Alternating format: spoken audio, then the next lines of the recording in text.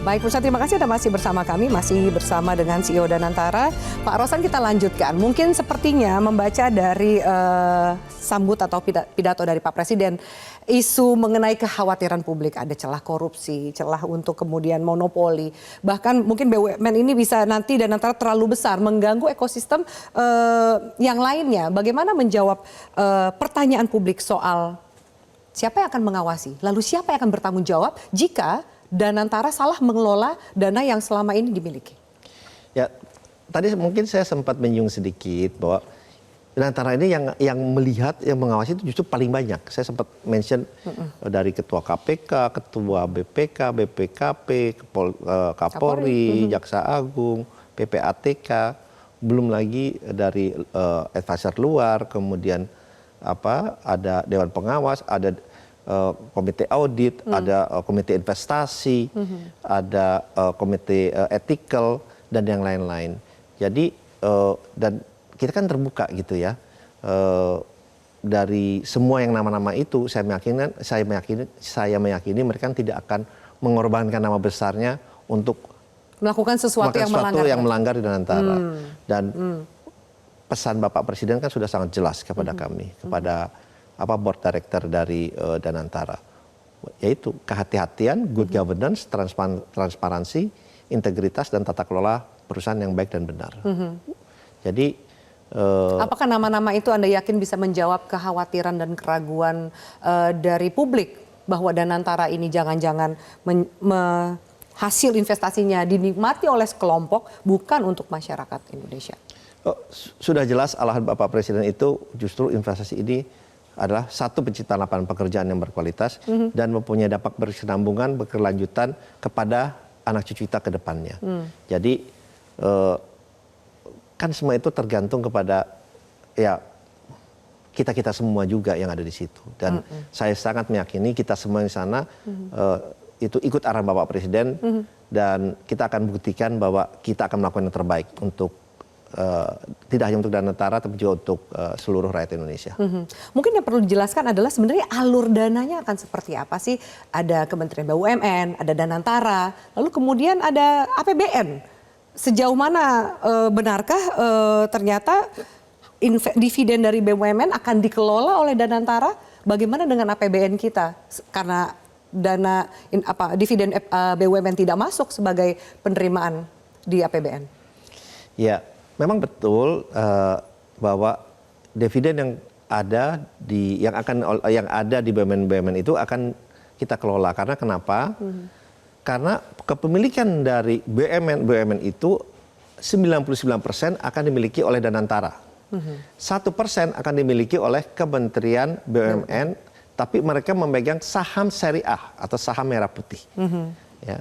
Nah, oleh sebab itu, karena pemilik dari BUMN itu adalah Danantara dan juga Kementerian BUMN, sehingga dividennya itu kan diberikan kepada pemilik saham dari perusahaan-perusahaan BUMN ini.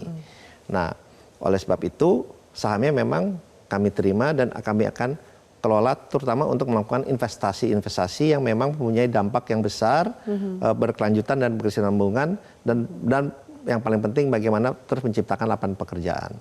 Itu memang benar, itu dikelola oleh kami.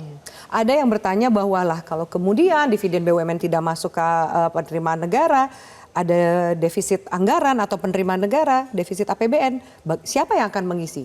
Apakah juga sampai sejauh itu dibahas? Ya, saya yakin pasti kan sudah ada pembahasan yang lebih lanjut ya oleh Kementerian Keuangan dan yang lain-lainnya. Dan kalau kita lihat juga ya perputaran di Indonesia ini kan 1,4 triliun US dollar ya. Ya, dan perputaran besar itu kan banyak potensi-potensi lain yang mempunyai potensi sangat-sangat besar. Tapi dengan keadaan Danantara ini kan banyak kontribusi-kontribusi lain yang bisa diberikan yang juga berdampak positif dalam rangka pertumbuhan perekonomian. Sehingga itu kan menyebabkan penerimaan negara juga akan meningkat dengan pertumbuhan perekonomiannya juga yang makin meningkat. Gitu. Bagaimana Pak Rosan melihat respon publik hari ini? Beberapa media bahkan menulis bahwa harga saham perbankan yang kepemilikannya masuk ke Danantara sepertinya merosot. Ada juga gerakan, ayo tarik uang dari Himbara. Bagaimana Pak Rosan membaca gerakan atau mungkin reaksi pasar seperti ini? Apakah memang ini baru di awal atau bagaimana mengatasinya? Ya, saya cek juga ke bank-bank, tidak ada tuh penarikan-penarikan yang disampaikan. Jadi ini memang, ya mohon maaf, ada sesuatu yang tidak benar yang harus dikoreksi. Itu yang pertama ya. Kemudian yang kedua, memang kan dari kemarin memang terjadi koreksi tidak hanya di saham perbankan kita, tapi juga di pasar modal kita secara keseluruhan.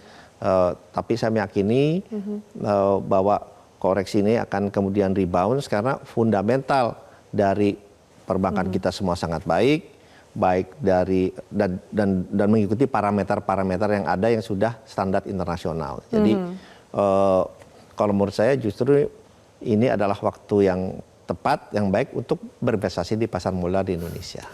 Jadi Anda yakin bahwa ini bukan respon pasar yang negatif terhadap Nusantara, tapi lebih kepada situasi ekonomi global, The Fed dan suku bunga Amerika? Iya, dan saya meyakini akan rebound. Saya sangat meyakini. Sangat meyakini. Ya. Oke. Lalu bagaimana ketika yang dikhawatirkan juga publik membandingkan, kalau tentu targetnya menjadi seperti Temasek Singapura, tapi kita juga lihat di negara tetangga ada catatan buruk, 1MDB misalnya yang menjadi mega korupsi.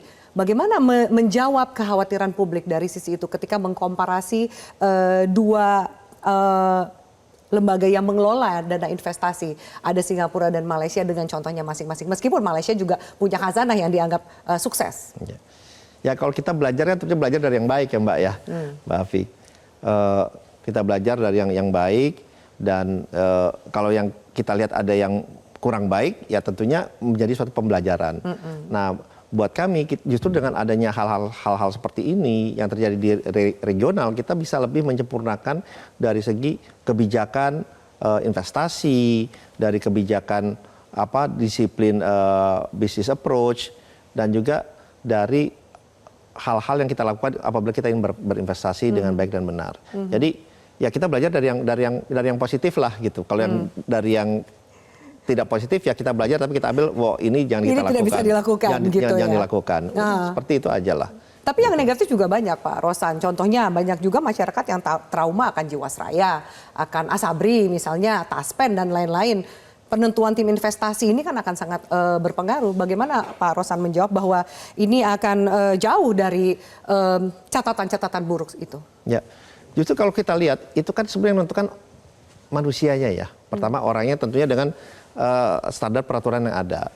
Nah, kalau saya tidak mau bandingin misal dengan yang lain-lain, tapi kalau kita lihat di Danantara ini, yang seperti yang saya sampaikan, timnya nanti bisa dilihat adalah tim-tim yang terbaik yang ada di Indonesia maupun di regional maupun dari luar negeri, global. Karena kita memilih timnya ini bukan atas dasar suka tidak suka, tapi atas dasar profesionalisme. Dan kita pun melarang misalnya ada di dalam aturannya sampai saudara tingkat 2 itu tidak boleh ada di dalam satu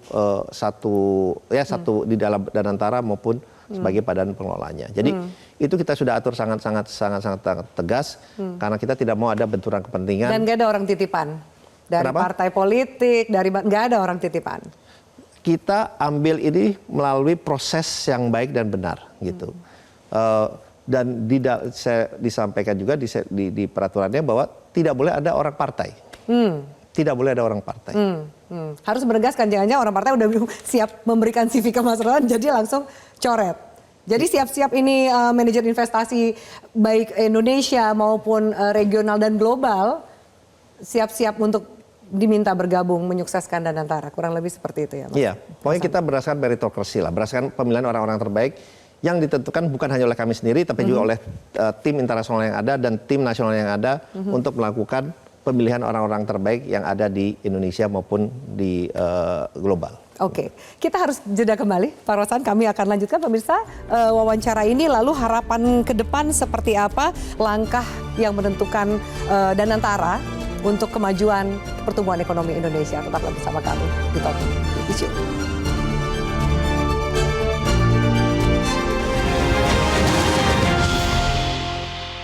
Jelajahi cara baru mendapatkan informasi. Download Metro TV Extend sekarang.